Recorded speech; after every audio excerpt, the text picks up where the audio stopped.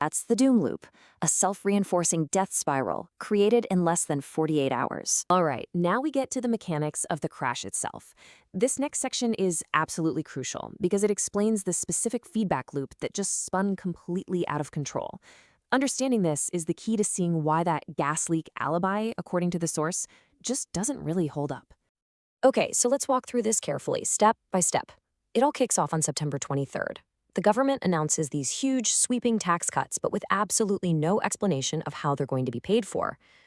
The market's reaction is instantaneous. I mean, investors look at this and all they see is a massive, unfunded borrowing binge on the horizon. So they start selling UK government bonds, those gilts we talked about. And when everybody sells at once, you know what happens? The price just plummets. This is the initial shock, the first domino. Now, here's where the technical bit kicks in, but stick with me.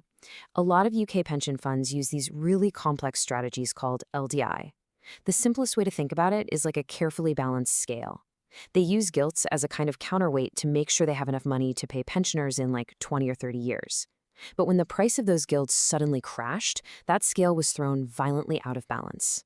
So the pension funds started getting these frantic calls from the banks, a collateral call, basically saying, hey, your counterweight is now worth way less. You need to give us billions in cash right now to rebalance the scale.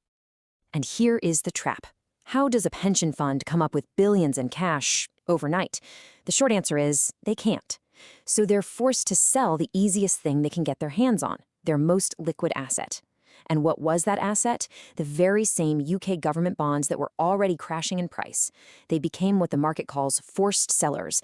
They had to sell at any price they could get. It didn't matter how low it was. They had no choice. And this is the final, just brutal turn of the screw. You have these pension funds, desperate for cash, flooding the market with even more gilts for sale.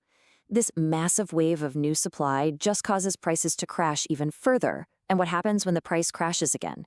It triggers more collateral calls, which forces them to sell even more gilts. And there it is. That's the doom loop, a self-reinforcing death spiral created in less than 48 hours.